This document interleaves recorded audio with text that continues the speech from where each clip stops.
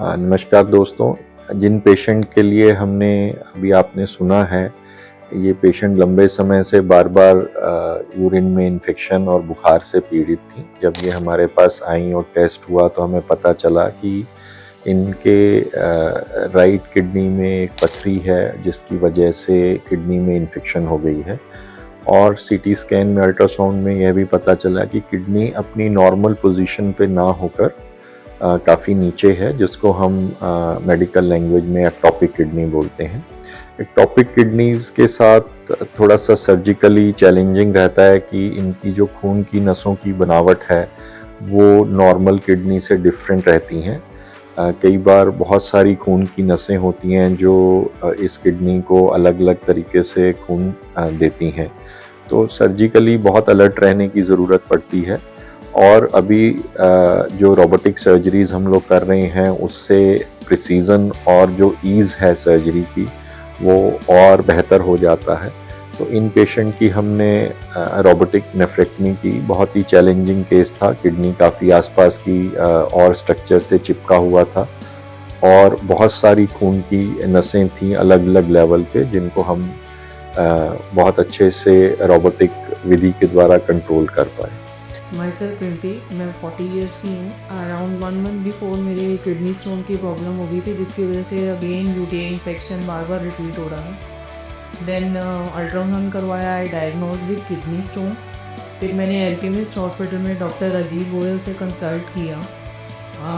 उन्होंने CT scan and all करवाने के बाद मेरे को ये पता लगा कि माई किडनी इज़ नॉट फंक्शनिंग। इसकी फंक्शनिंग बिल्कुल ख़त्म हो चुकी है और kidney is not at a proper place.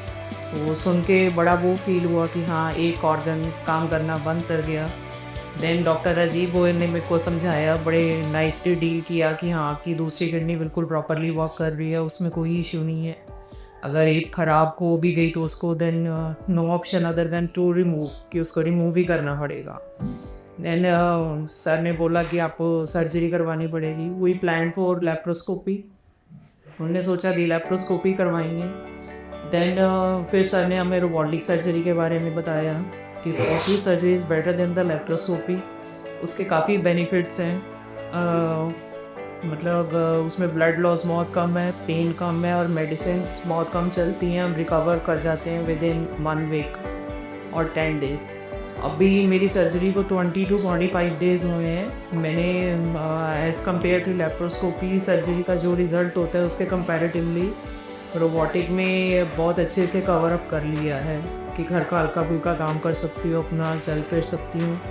तो राजीव गोयल सर ने काफ़ी अच्छे से मतलब मेरे को समझाया, करा, डील किया और इसके सर्जरी के सारे बेनिफिट्स एंड ऑल बताए, उसके लिए प्रिपेयर किया। फिर हमने रोबोटिक सर्जरी ही करवाई। इससे काफ़ी बेनिफिट्स हैं कि उसमें ब्लड लॉस बहुत कम होता है, पेन एंड ऑल, और recovery rate is faster than as compare to open surgery and laparoscopy surgery. And doctor Rajeev Goyal is a very nice doctor. उनकी डीलिंग बहुत अच्छी है। तो टेक होम मैसेज यही है कि रोबोटिक सर्जरी से, रोबोटिक टेक्निक से किसी भी सर्जरी का प्रिसीजन और बढ़ जाता है और सेफ्टी एस्पेक्ट बेटर हो जाता है। तो अगर आप किसी भी तरह की किडनी और किसी यूरोलॉजिकल प्रॉब्लम से पीड़ित हैं तो अपने यूरोलॉजिस्ट से सर्जिकल ऑप्शंस में रोबोटिक टेक्निक के बारे में भी समझें। शुक्रिया।